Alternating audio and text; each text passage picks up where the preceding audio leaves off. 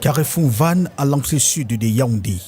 Ce point parmi les plus névralgiques de la capitale politique du pays affiche un paysage urbain en totale recomposition. Depuis des semaines, les usagers regardent avec plaisir la transformation de leur environnement jadis marqué par le désordre et la congestion. Le projet est salutaire. Vous le constatez, nous avons la fluidité au niveau de la circulation. Le président de la République, lui aussi, peut passer aisément sans qu'on arrête les activités des uns et des autres ici. Avant, ici, par exemple, en Vannes, la route n'était pas très bonne. Même quand le président passait, il fallait bloquer de gauche à droite. Mais depuis qu'on a lancé ce projet, vous voyez, la route est un peu large. La circulation est bonne. Isakam pourra facilement travailler, faire son travail, même dans le ramassage des ordures sur l'axe. Eli Gefa, autre point d'ancrage du projet, aux encablures du marché Mokolo.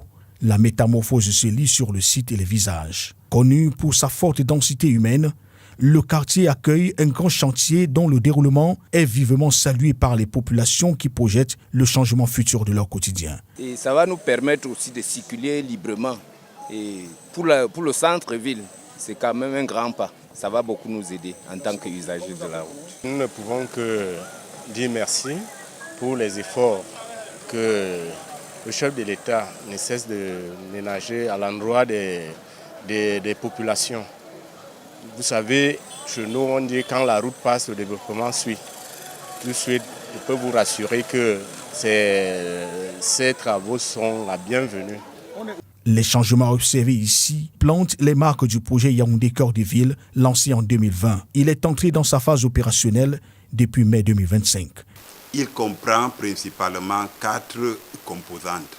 La composante 1 qu'on a appelée les aménagements structurants comprend le carrefour Van, le carrefour Eli Gefa et la construction de gares routières en Van et à Messa. La composante 2 a ce qu'on a appelé les actions à impact rapide qui comprennent des aménagements de carrefour Hawaï et Soumanguier et la construction de 2 terminus de minibus. Financé à hauteur de plus de 48 milliards de francs CFA par l'État du Cameroun et l'Agence française de développement, il prévoit la modernisation des points stratégiques de la cité capitale à travers leur désengorgement pour fluidifier le trafic et améliorer le cadre de vie des habitants. Le projet a un coût total de 49 milliards et demi environ. Et 88% est financé par les fonds C2D, assurés par l'Agence française de développement. Le reste est financé par la contrepartie du Cameroun, dont 4 milliards par le MINDU et 1,5 milliard par la communauté urbaine de Yaoundé. Yaoundé Cœur de Ville se veut inclusif.